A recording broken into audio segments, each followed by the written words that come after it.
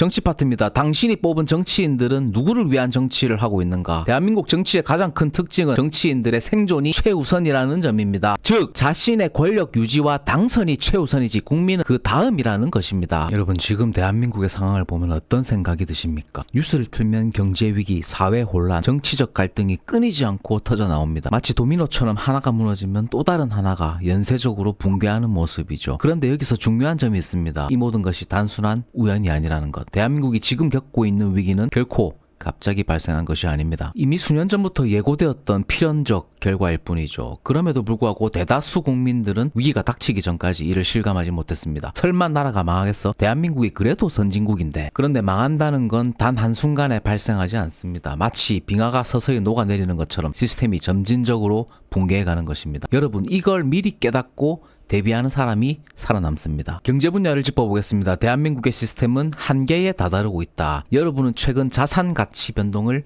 유심히 살펴보셨습니까? 경제는 심리적 신뢰를 기반으로 돌아가는 시스템입니다. 그런데 지금 대한민국 경제에서 그 신뢰가 붕괴하고 있습니다. 왜일까요? 단순히 경기 침체 때문이 아닙니다. 더 근본적인 문제가 있습니다. 첫째, 고령화와 저출산으로 인한 생산 가능 인구 감소. 둘째, 청년층의 극단적 실업률 증가. 셋째, 가계부채 폭탄이 터질 위험성. 넷째, 자본시장에서 외국인의 탈출 가속합니다. 여러분, 대한민국은 자본주의 시스템을 기반으로 성장한 나라입니다. 그런데 지금 이 자본주의 시스템 자체가 내부적으로 균열이 가고 있다는 것입니다. 한때 기회의 땅이라고 불리던 대한민국은 지금 어떻습니까? 노력해도 계층 이동이 어려운 사회, 기술 발전보다 규제와 간섭이 더 강한 경제 환경, 기업들이 혁신을 멈추고 해외로 도피하는 현실. 어떤 의미에서 보면 대한민국의 경제적 피로도는 선진국이 아닌 후진국형으로 가고 있다라고 해도 과언이 아닙니다. 이게 단순한 일시적 경기 침체라고 생각하십니까? 아닙니다. 구조적 문제입니다. 사회 문제입니다. 사람들은 왜 서로를 증오하는가? 여러분, 요즘 한국 사회에서 가장 두드러지고 있는 변화가 무엇이라고 생각하십니까? 바로 갈등의 심화입니다. 남녀 갈등, 세대 갈등, 지역 갈등, 계층 간 갈등입니다. 어디를 가든 싸움입니다. 서로를 인정하지 않고 이해하려 하지 않고 적대적인 태도를 디폴트로 설정하는 사회. 이게 건강한 사회의 모습일까요? 한 가지 질문 드리겠습니다. 대한민국은 언제부터 이렇게 극단적인 사회가 되었을까요? 왜 우리는 점점 더 서로를 미워하게 되었을까요? 여러분이 느끼는 이 불편함 절대 착각이 아닙니다. 사회 전반에 걸쳐 사람들이 점점 공격적이 되고 분노가 쉽게 폭발하는 이유가 있습니다. 첫째, 경제적 불안이 심해지면서 심리적 여유가 사라졌다. 둘째, 인터넷과 SNS의 발달로 사람들의 감정이 즉각적으로 표출된다. 셋째, 정치권과 미디어가 의도적으로 갈등을 조장하고 있다. 여러분, 중요한 사실이 있습니다. 갈등은 시스템이 무너질 때 증폭됩니다. 사회가 안정적이라면 우리는 갈등보다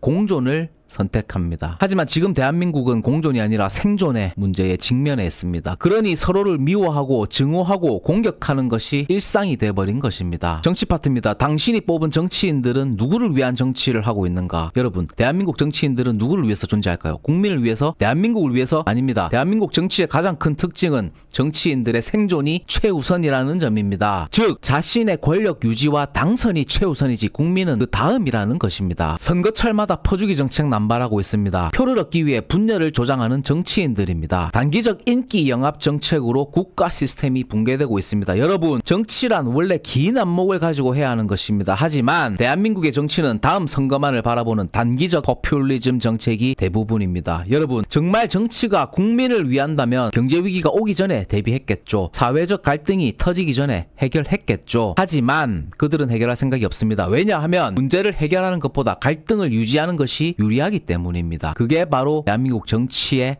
본질적 문제입니다. 그러면 각 개인이 가야 할 방향성은 어떨까요? 대한민국의 붕괴, 그리고 당신은 대한민국이 무너져 간다는 사실을 부정할 수 있습니까? 이제 중요한 건 남들보다 먼저 이를 깨닫고 대비하는 것입니다. 첫째, 경제적 생존력을 확보하라. 둘째, 사회적 갈등에서 한 걸음 떨어져라. 셋째, 정치적 이슈에 감정적으로 휘둘리지 마라. 지금 대한민국은 붕괴의 길을 걷고 있습니다. 하지만 중요한 건 이를 미리 깨닫고 움직이는 자만이 살아남는다는 것입니다. 여러분, 지금 이 순간도 대한민국의 시스템은 조용히 무너지고 있습니다. 그럼 여러분은 어떤 선택을 하시겠습니까? 당신의 답을 기다리겠습니다.